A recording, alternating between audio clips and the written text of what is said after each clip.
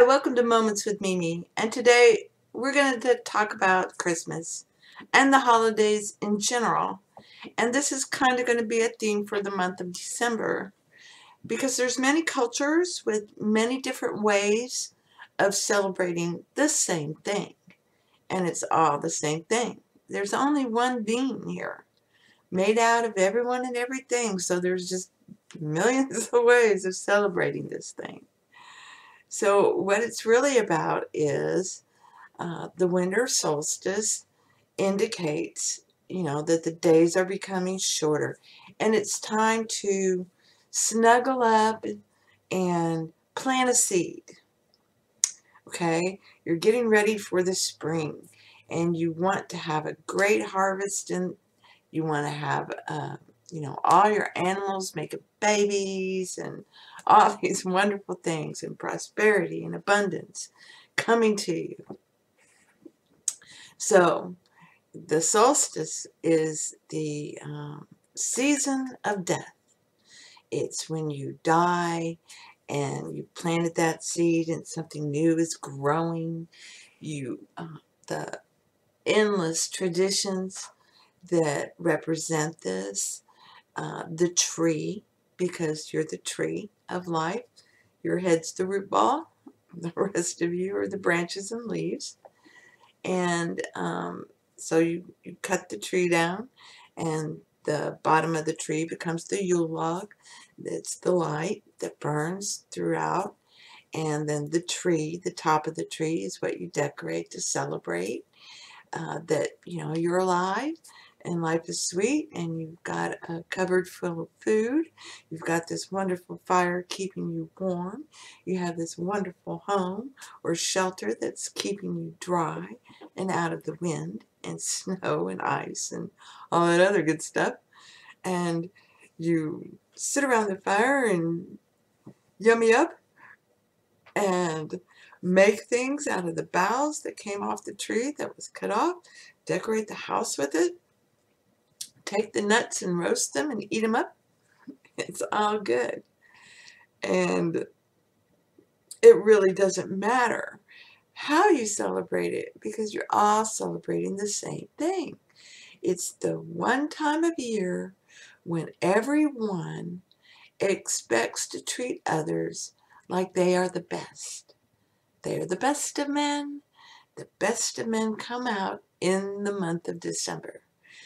Now, there's the tradition of, the Jewish holiday, and they call it a low holiday. They cut their holidays into high and low, saying one's more important than the other, and that's just not true. That's not true at all. Nothing is better or less than another. In fact, the holiday of Hanukkah is extremely important. It's the story of faith in the law. They wanted holy water for this, light, and that the light should not go out. And it was going to take X amount of days for them to prepare that.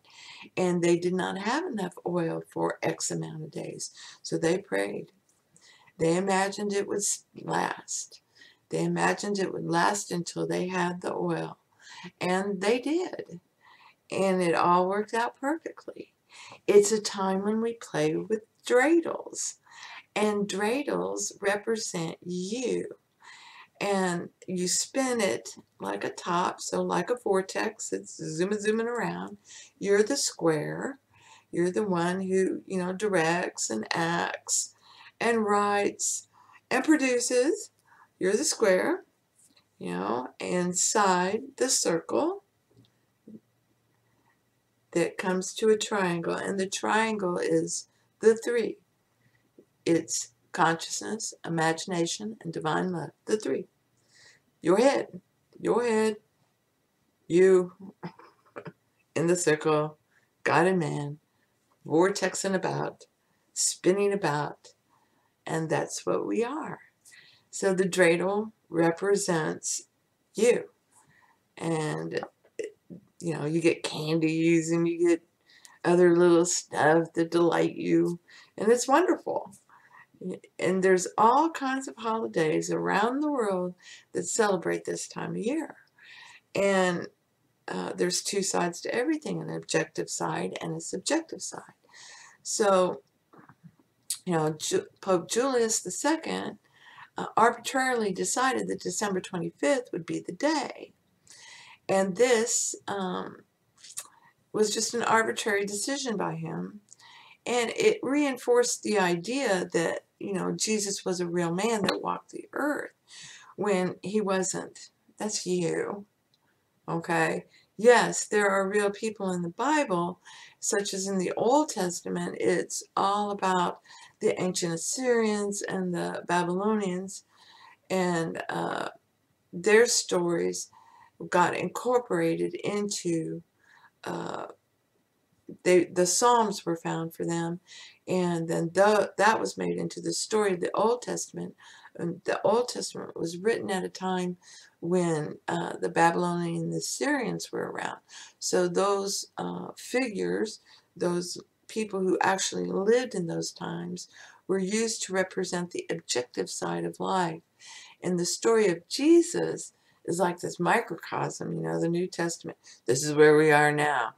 And it is where we've been, but we're headed to the state of Solomon, of King Solomon. We've been Jesus. We've been walking the road. We've been fighting our demons and humanity as a whole. And humanity as a whole is the one man. Each person represents a thought or belief that the one man has had. And each one of us has to play that belief out, reject it, and know that there's only one, and to help the one wake up. So this is about planting the seed and being reborn and prosperous and, imagining wonderful things happening. Now, there's all kinds of, traditions and things like that, making sweets, but it's not just sweets, it's savories and sweets, and it's pies, and it's just deliciousness, any way you can think of it. We've got all this food. Let's make up some great ways to cook it up and eat it, and that kind of stuff. And, if you're busy worrying about calories, right, is Aunt Joe going to give me another sucky present or whatever, it's not going to be a great holiday. You need to love the holiday, and it's an important day, because in the times of our darkest despair, it shines a light that helps us all get through the night. If I got my timings right, and clearly I have, then we should be right at the beginning. I adjusted the time frame only by a couple of hours. Any other day it wouldn't make any difference, but this is Christmas 1914. And a human miracle is about to happen. The Christmas armistice. Christmas is about, the what we're doing here. There's one being here, and you're to love everyone. And when you think of someone and you love them, you think of some gift to give them, and you get it and you give it to them. And it's not a duty. You do it because you love them, and you want them to have this gift that you thought of. And sometimes the gifts, like the cat with the dead mouse, but they love you and they brought you the gift. You say thank you, and then you go within and change it, because that gift is telling you something. It's telling you something about yourself. So don't blow off Aunt Joe and her silly present that she gave you. Look at it and discover why you think it's silly. And, maybe you can think of someone else to give it to, or maybe it takes on a new meaning and now it goes on your mantle. So it's just about stopping and thinking about your life and all the wonderful gifts and messages that you receive. It's about planting those seeds so that when the spring comes, they all grow and they all become the wonderful life that you want. That's what it's about. And it's about loving yourself and knowing you deserve the best and embracing the human part of you and telling those stories. You know, the human imagination is the baby. And in the wintertime, the baby is just in overdrive telling stories. So I hope this helps. It's a lead-in really to the real meaning of Christmas, which will be the next video. And in the end, the real meaning of Christmas is about God and man becoming one. That's when you are spiritually born. You are born once in the physical world. This is the baptism by water, right? A woman's water breaks. You come out. You come here once, and then you walk the road, and you think you're being born again and again, but you're not. You're stepping into bodies, okay? And then you're born from above. And when you get those signs that you're born from above, then now you're walking that final path. And it, you know, you may die while on that path and step into a new body to finish it. But you're done. You're at the end of the road. And now all these wondrous things start coming to you, all these new perceptions and ways of looking at things and realizing Alfie was there all along. So I hope this helps. Blessings to you and thank you. Thank you for being you. Mum, how else does life ever travel? The mothership!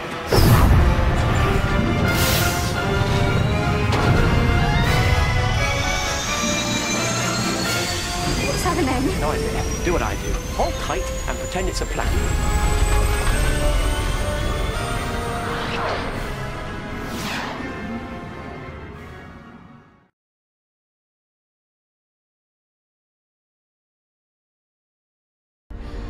What? Think of home, just picture it, feel it. You have to really feel it. Can you do that? Your mind is controlling this vessel. You can fly us all back for Christmas. My head is full of trees, caretaker. Can't you fly us home? I don't have a home to think of. And between you and me, I'm older than I look, and I can't feel the way you do, not anymore. And you really need to feel it, Madge. Everything about home that you miss until you can't bear it, until you almost burst. Till it hurts. Is that what you mean, caretaker? Till it hurts? Yes. Yes.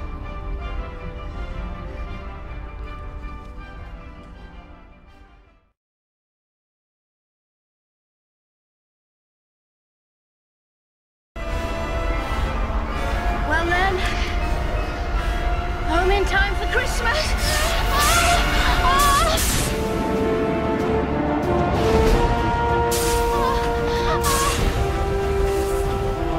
What's happening? Where are we going? Show them! Show them! Ha! The time vortex, your mother is flying a forest! Through the time vortex, be a little impressed!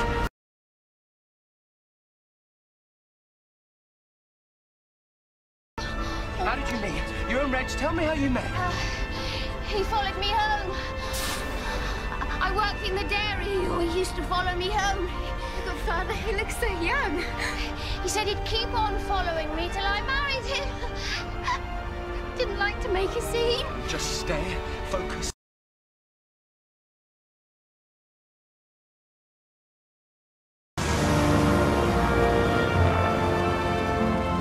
Jarwell, who flew a whole forest through the time vortex, plus one husband. He did it again, Madge. He followed you home. Look what you can do. Mother Christmas. Madge! What am I doing here? It's Christmas Day, my love. Where else would you be? Christmas Day? How? We took a shortcut.